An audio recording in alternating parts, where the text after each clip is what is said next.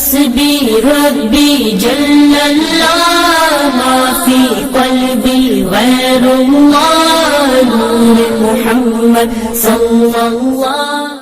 مشرق مغرب شمال جنوب جاتا چلا جا رہا ہے. شیطان ہے, اب اس کا کتنا شر پھیل جائے گا ہم اس کو سوچ بھی نہیں سکتے. کتنا شیطان ہو وہ کتنی شیطانی کرے گا ہم سوچ بھی نہیں سکتے, کیونکہ شین آئی ہے. صحیح ہے نا. تو اسی طرح شرک ہے, تو آپ اس کو اندازہ لگائیں کتنے لوگ ہوں گے جو شرک کر رہے ہیں, کتنے لوگ ہوں گے. یہ پورا ایک ٹاپک ہے کہ کون کون سے مذہب کے اندر بت پرستی یا شرک کی جاتی ہے. اور آگے ہے ان الذین یفصلون بینہم یوم القیامۃ. تو یہ بہت ہی زیادہ اہم ترین آیت ہے, اس کو آپ لکھ لیں, اس کی تفاسیر دیکھیں, علماء کو دیکھیں کیا کہتے ہیں اس بارے میں. مختلف مذاہب کو سمجھنے کے لیے یہ اہم ترین یعنی کہ آیت ہے. آکسفورڈ یونیورسٹی نے ایک تحقیق پیش کی تھی جو دنیا کے تقریباً 57 ممالک کے اندر غالباً یہ تحقیق کی گئی تھی کہ دنیا کے اندر کتنی قومیں بستی ہیں اور ان کا تصور کیا ہے, کیا وہ خدا کو مانتے ہیں یا نہیں مانتے. جب انہوں نے یہ رپورٹ پیش کی تو یہ بات نتیجے میں پہنچے کہ دنیا کا ہر شخص خدا کو مانتا ہے, کوئی ایسا بندہ نہیں جو انکار کرے. جو کر رہے ہیں وہ معدود چند ہیں, مطلب چند لوگ ہیں جو انکار کر رہے ہیں, لیکن اکثر لوگ جو ہے وہ کیا کر رہے ہیں, خدا کو تو مانتے ہیں. یہ اور بات ہے, ایک مان رہے, دو مان رہے, تین مان رہے, چار مان رہے, لیکن مانتے ہیں. خدا کو اپنے وجود سے نکال نہیں سکتے. اس کا مطلب کیا ہے, مانتے تو ہے لیکن کن کن جہتوں سے مانگتے ہیں. ہر بندہ یعنی کہ خدا کے سامنے کہ خدا ہے. دیکھ رہے آپ, یہ 5.5 ارب کی آبادی, ہر بندہ خدا سے ڈر رہا ہے اور خدا کو راضی کرنے کے لیے پتہ نہیں کتنے جتن کر رہا ہے, کتنی محنتیں کر رہا ہے, کوششیں کر رہا ہے, اپنے گھر بار کو چھوڑ کے جا رہا ہے وہ کسی صرف خدا کو راضی کرنے کے لیے. تو یہ مختلف علامتیں ہیں مختلف مذاہب کی, مختلف ان کا یعنی کہ طریقہ کار ہے خدا کو راضی کرنے کے لیے. ہوا مائی ایک سوال لکھ لیے گا, ماشاءاللہ اللہ تعالیٰ آپ کو ذرائع عطا فرمائے, توفیق عطا فرمائے. دنیا آپ دیکھیں گے, دنیا کے بے شمار ممالک میں آپ جائیں گے انشاءاللہ تعالیٰ, ہر بندے کے دل میں نا 3 سوال ہوتے ہیں. یہ لکھ لیں اس کو, فلسفے کی دنیا میں اور سائنس کی دنیا میں, اور اس وقت دنیا کے تمام تر یونیورسٹی کے اندر ہر پڑھنے والا بندہ, ہر عام سا بندہ جو مزدور ہے یا اعلیٰ طبقے سے جس کا تعلق ہے, ہر بندے کے ذہن میں نا 3 سوالات ہوتے ہیں جس کو فلسفے کے اندر الٹیمیٹ کویشچن کہتے ہیں. وہ 3 سوالات ہوتے ہیں 3 شخصیات سے متعلق. ایک ہوتا ہے نفس, میری ذات یعنی کہ سیلف سے متعلق, ذات سے متعلق. اپنی ذات سے متعلق کیا ہوتا ہے, پہلا میں کون ہوں, میں کہاں سے آیا ہوں, میں یہاں کیا کر رہا ہوں, میرے مرنے کے بعد کیا ہوگا, میرے باپ دادا کہاں چلے گئے. اپنی ذات سے متعلق جس کو ہم سیلف کہتے ہیں, مین آدمی یعنی کہ میں کیا کر رہا ہوں یہاں پہ. تو اس متعلق وہ سوال سوچ رہا ہوتا ہے. جواب کے لیے فلسفے کے پاس جاتا ہے, جواب کے لیے سائنس سے رابطہ کرتا ہے, جواب کے لیے مختلف مذاہب کا مطالعہ کرتا ہے, وہ مختلف مذاہب کا مطالعہ کرتا ہے اس سوال کے جواب کے لیے. تو ایک تو ہو گیا انسان کی ذات. دوسرا پھر وہ کائنات کی طرف دیکھتا ہے کہ یہ سورج نکل رہا ہے, چاند نکل رہا ہے, پھر یہ غروب ہو رہا ہے, پھر سردی آ رہی ہے, گرمی آ رہی ہے, پھر یہ نظام جو چل رہا ہے کیسے چل رہا ہے, یہ زلزلے آ رہے ہیں تو یہ پلیٹیں ہل رہی ہیں, کوئی کہہ رہا ہے پلیٹیں ہل رہی ہیں, کوئی کہہ رہا نہیں پلیٹیں ہلائی جا رہی ہیں. صحیح ہے نا, بات ہے یا نہیں ہے. تو یہ کیا ہو رہی ہے, تو بندہ کائنات کے نظام پہ غور کرتا ہے جس کو ہم کائنات کہتے ہیں, یونیورس. مین پہلی بات, دوسرا یونیورس ہو گیا کائنات سے متعلق. تیسری بات یہ ہوتی ہے کہ خدا کیا ہے. خدا ہے تو خدا کی ذات کیا ہے, وہ کیسی ہے, کس طرح نظر آتی ہے, کس شیپ میں نظر آتی ہے, پہاڑوں میں نظر آئے گی, سمندروں میں نظر آئے گی, کسی پتھر میں نظر آئے گی, کسی لوہے میں نظر, خدا کس طرح نظر آئے گا, اس کی کیا یعنی کہ حالت ہوگی. تو خدا سے اچھا خدا ہے تو خدا کو کس نے بنایا. تو یہ 3 سوال ہے جو وہ سوچ رہا ہوتا ہے, اپنی ذات سے متعلق پہلا, دوسرا کائنات سے متعلق, تیسرا خدا سے متعلق. اس کو کہتے ہیں ہو مائی. اور پوری دنیا کے مسلمان جو ہے نا, مطلب 2 رکعت نفل بھی پڑھتے ہیں تو ایک دعا کر رہے ہوتے ہیں, اہدنا الصراط المستقیم. سبحان اللہ عربی زبان کو کہتے ہیں, لیکن یہاں جو قرآن پاک نے لفظ استعمال کیا ہے وہ صراط استعمال کیا ہے, طریق استعمال نہیں کیا ہے. اب یہ لسانیات کی باریکی ہے کہ صراط کسے کہتے ہیں, طریق کسے کہتے ہیں, اور جو ہے نا سبیل کسے کہتے ہیں. صراط سیدھے راستے کو کہتے ہیں, بالکل اسٹریٹ وے. آپ ہائی وے پہ جا رہے ہیں, صحیح موٹر وے پہ جا رہے ہیں, بالکل سیدھا راستہ ہے, پرسکون ہے, کوئی ٹینشن نہیں ہے, سیدھا راستہ صراط. طریق وہ راستہ ہے جس میں تھوڑے سے گڈھے بھی آ رہے ہیں, تھوڑی سی پریشانی بھی ہو رہی ہے, آپ کو ادھر بھی جانا پڑ رہا ہے, ادھر بھی جانا پڑ رہا ہے, پریشانیوں والا راستہ اس کو طریق کہتے ہیں. تو عرب کہتے ہیں ہاذا طریق, اچھا راستہ ہے, وہ کہتے ہیں ہاذا صراط. اور وہ راستہ جو صرف ذہن میں, میں اللہ کے راستے میں خرچ کر رہا ہوں, اب اللہ کا راستہ دیکھ تو نہیں سکتا میں کہ یہ اللہ کا راستہ, تو سبیل ہو گیا. تو یہاں قرآن پاک میں کہا کہ اہدنا الصراط المستقیم. تو ہدایت کی دعا کرتا ہے انسان, کیا کرتا ہے, یا اللہ مجھے ہدایت عطا فرما. تو سورہ رحمان ہے, سورہ رحمان کے ایک ایک مطلب وہ سورہ رحمان کہہ رہا ہوں سورۃ الفاتحہ ہے, اس میں ایک ایک چیز کو آپ دیکھیں کیا کیا مطلب اس کے اندر باریکی ہے.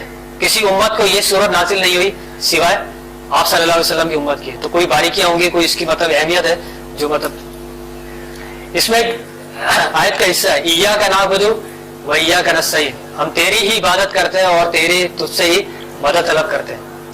تو ایاک بعد میں بھی آ سکتا تھا, نعبد و ایاک مقدم کر دیا, تو کوئی بلاغت ہوگی اس کے اندر. مختلف معاشرے میں آپ دیکھ رہے ہیں 105 صفات ہے اس کی, صرف ایک دیوی کی. دوسری دیوی کی کتنی صفات ہوں گی؟ جو مسئلہ ہو رہا ہے وہ اس مسئلے کے لیے وہ ایاک نعبد و ایاک نستعین. جا رہے نہیں جا رہے؟ روٹی کے لیے الگ خدا ہے تو پیسے کے لیے الگ خدا ہے, کھانے پینے کے لیے الگ خدا ہے, ہر چیز کے لیے الگ الگ خدا ہے. جب وہ خداؤں کا تصور پڑھیں گے نا تو خداؤں کی تقسیمات بھی بہت زیادہ ہے.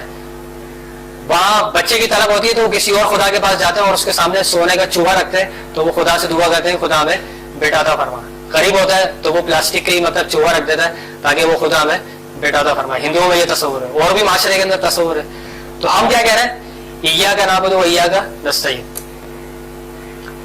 جب عرب نے کہا نا نبی علیہ السلام سے آپ اپنے خدا کا تعارف تو کروائیں, لوہے کا ہے, پتھر کا ہے, شیشے کا ہے, یا سورج میں چاند میں, کیسے تھوڑا تعارف کروائیں, انٹروڈکشن کروائیں خدا کا. کبھی آپ رحمان کہتے ہیں, کبھی آپ اللہ کہتے ہیں, کبھی رحیم کہتے ہیں, تو یہ تو بہت سارے خدا ہوگا. تو پوری قرآن پاک کی سورت نازل ہوتی ہے قل هو اللہ احد.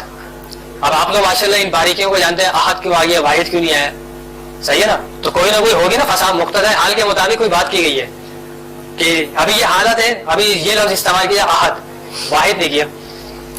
پھر اسی صورت کے اندر جو ہے نا وہ ایک مرتبہ آیا الصمد, پورا قرآن پاک میں کہیں نہیں آیا, صرف یہیں پر آیا الصمد. تو کسی سوال کا جواب دیا گیا ہوگا اس وقت یہ قیامت تک کے لوگوں کے لیے کہ خدا کی صفت کیا ہے, الصمد ہے وہ. تو وہ کون سی صمد والی خصوصیت ہے جو اسی وقت یعنی کہ ان کو بتائی گیا قرآن پاک میں, اور کہیں نہیں آیا سوائے یہ پر صمد. یہ تو آپ کے علم میں ساری باتیں.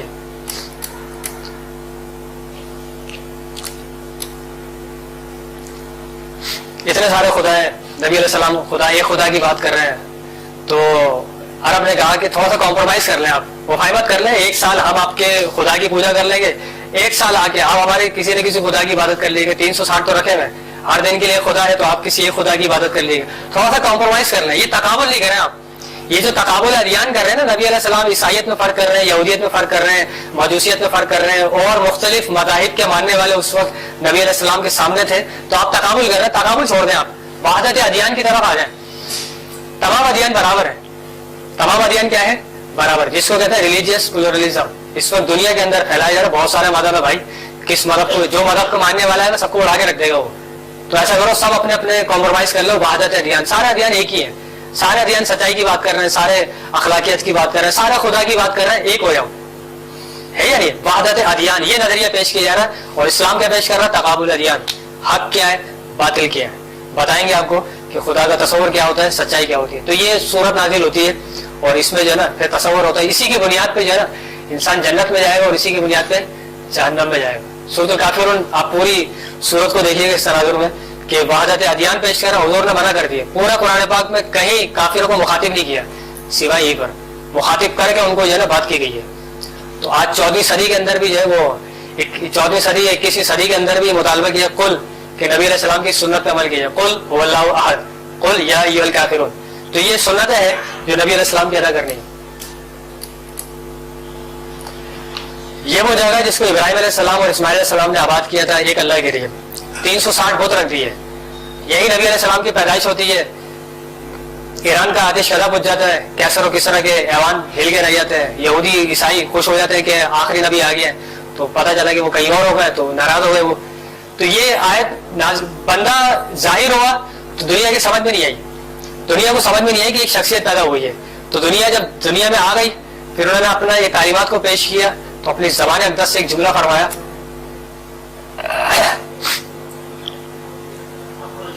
ہاں کلیئر کٹ, مطلب واضح طور پہ کہتی ہے وقل جاء الحق وزاق الباطل ان الباطل کان زہوقا. پیدائش سے ہوا تھا یہ دنیا کے اندر تہلکہ مچ گیا تھا. تو حضور نے اپنی زبان اقدس سے مطلب یہاں مطلب اس کو صاف کیا, اللہ کی عبادت کی.